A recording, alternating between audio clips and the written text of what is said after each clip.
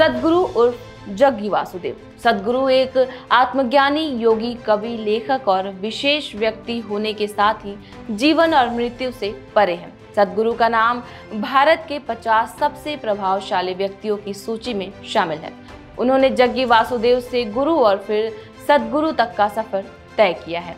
आपने YouTube, Instagram, Facebook पर इनकी वीडियो जरूर देखी होगी, लेकिन आज मैं जो सद्गुरु को लेकर वीडियो दिखाने वाली हूँ वो आपको सोचने पर मजबूर कर देगी। नमस्कार, आप देख रहे हैं जर्नी टाइम्स। मैं हूँ आपके साथ आंचल श्रीवास्तव। आप जो ये वीडियो देख रहे हैं इसमें आपको गाड़ियों का एक बड़ा सा काफिला, जिसमें बड़ी बड़ी गाड़ियों के बीच एक सफेद रंग की पोस्ट ट्रेवलर जिस पे लिखा है पुलिस स्ट्राइकिंग फोर्स, गाड़ी का ये काफिला एक बड़े से गेट के अंदर घुस जाता है। ये गेट है कोयम्बटूर स्थित ईशा फाउंडेशन का, जिसमें दर्जनों पुलिसकर्मी दाखिल हुए। लेकिन सवाल ये है, आखिर दर्जन भर पुलिस ईशा फाउंडेशन के अंदर क्यों जा रही है? जवाब है इसका कोर्ट का एक आदेश, जिसमें कोर्ट ने कहा, हम तो ये जानना चाहते हैं जब आपने अपनी बेटी की शादी कर दी है तो दूसरों की बेटियों को सिर मुंडवाने और सांसारिक जीवन त्याग कर सन्यासियों की तरह रहने के लिए क्यों प्रोत्साहित कर रहे हैं। ये बात मद्रास हाईकोर्ट की तरफ से कही गई है। लेकिन मद्रास हाईकोर्ट ने ये क्यों कहा, चलिए आपको बताते हैं।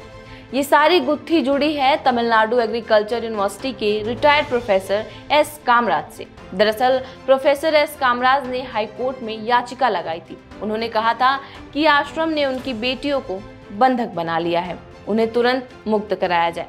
कामराज ने कहा कि ईशा फाउंडेशन ने उनकी बेटियों का ब्रेन वॉश किया है, जिसके कारण वो सन्यासी बन गई हैं। कामराज का कहना है कि बेटियों को कुछ खाना और दवा दी जा रही है, जिससे उनकी सोचने समझने की शक्ति खत्म हो गई है। जब से बेटियों ने उन्हें छोड़ा है, उनका जीवन नर्क बन गया है। प्रोफेसर एस कामराज ने अपनी दोनों बेटियों की कामयाबी के बारे में भी बताया।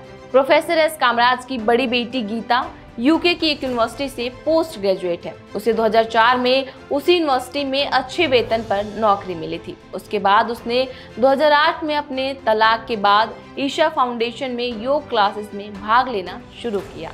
जल्द ही गीता की छोटी बहन लता भी बड़ी बेटी गीता को फॉलो कर उसके साथ ईशा फाउंडेशन में रहने लगी। दोनों बहनों ने अपना नाम बदल लिया और अब माता पिता से मिलने से भी इनकार कर रही हैं। लेकिन मीडिया रिपोर्ट्स के मुताबिक कामराज की दोनों बेटियों ने इस आरोप को खारिज करते हुए कहा कि हम दोनों इस केंद्र पर अपने होशो हवास में रह रहे हैं, हमें किसी ने मजबूर नहीं किया है और ना ही नजरबंद रखा है।